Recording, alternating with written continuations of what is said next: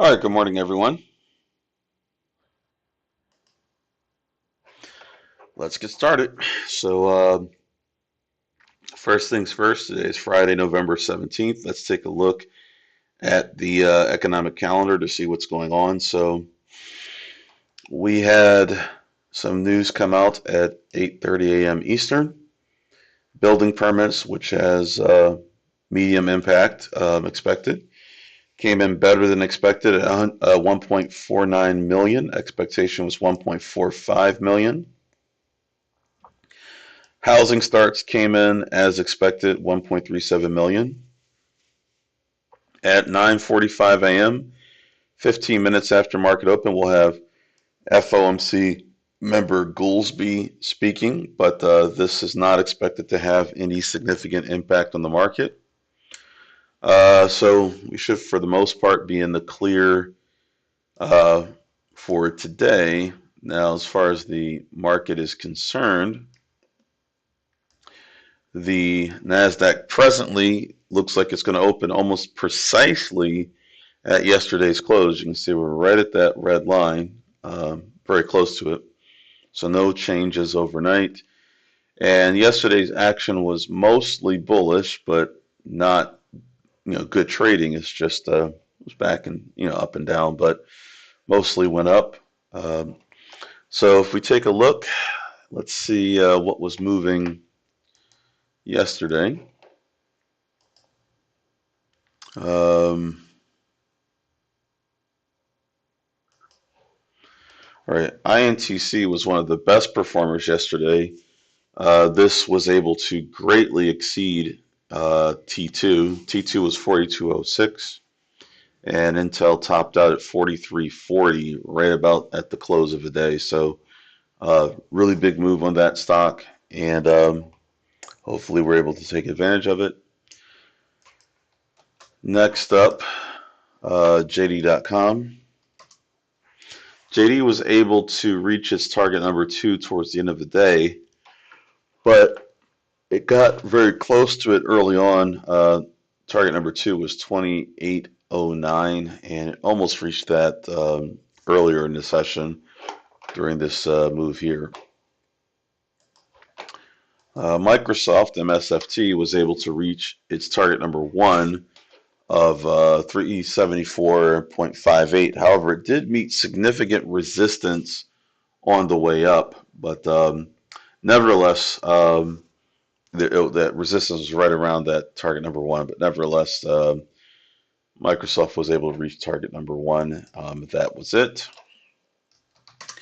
AMD was able to reach T1, target number 1 at 119.25, and then it got over two-thirds of the way to T2, but topped out at 120.73 prior to reaching target number 2. Starbucks was able to reach target number 1 to the upside of 107.11, and it went three-fourths of the way towards that T2, but not reaching there, topping out at 107.66. Marvel was bearish, able to reach target number 1 to the downside of 54.03, and then it got halfway to target number 2 to the downside, reaching a low of 53.47. Then we have Roku, which was able to reach target number 1 to the downside of 88.26, then bottomed out there. We have CrowdStrike, CRWD, which was able to reach target number 1 to the upside of 204.39, and then it was able to get about two-thirds of the way to target number 2, topping out at 207.11. Then we had Rivian, RIVN, which was able to reach target number 2 to the downside of 1609, and then it bottomed out there. Tesla was also bearish. It was able to reach target number 1 to the downside, 234.73, and then it got over 3/4 of the way to target number 2, but never reached it. Bottomed out at 230.96. Let's see. Billy was never able to reach target number 1. I'll just mention it. It did move down, but never reached its target number 1 to the downside of 1377, although Billy was down quite a bit on the day, so maybe that was why. Now, as far as what's moving this morning, let's take a look. Let's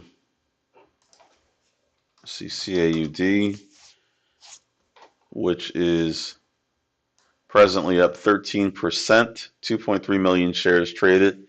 It's at least $1 per share, so and it's NASDAQ listed, so this qualifies for our pre-market list. Now, this list is for stocks only. We're not looking at these as potential options plays. A lot of these stocks don't have options, but they are possible to trade in the pre-market for stocks, and also they may move after the opening bell. ABCM is on the list, but this looks like a takeover. It's only up 3.64%, but it looks like this is a buyout. So let's see. Yep. Obtain all clearances in connection with proposed acquisition by Danaher for $24 a share in cash. So that's why it's up. So this one will not be an opportunity to trade, because with a buyout, the stock will move close to the buyout price of $24 a share and basically get stuck there until the deal is finalized. So no opportunity here, so we can just leave that one alone. And next up, actually, no, that's it.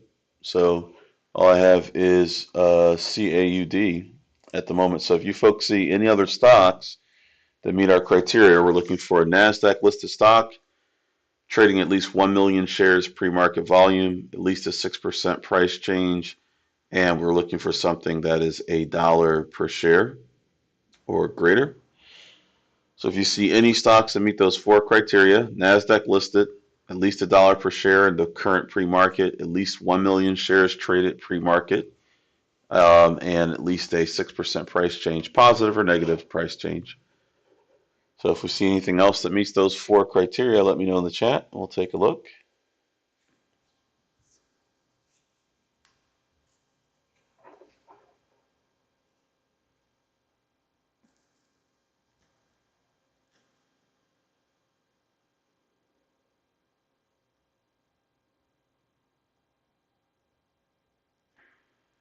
So again, folks, any other stocks that meet our 4 criteria, NASDAQ listed, at least $1 per share, at least 1 million shares traded pre-market, and at least a 6% price change. Yeah, I don't see much either.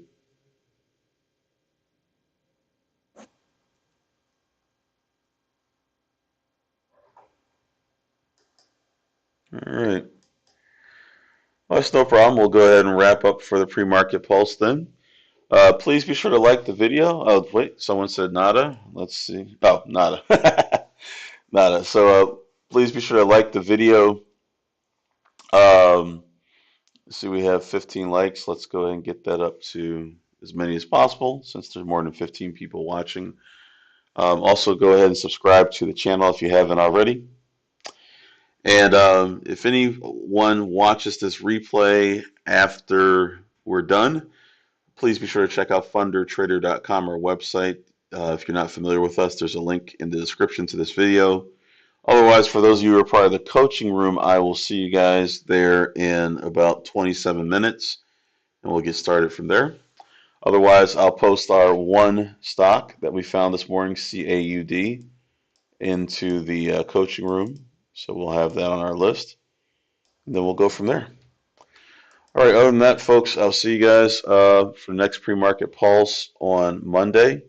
Have a great weekend and a great trading session, and take care. All right, folks, have a good one.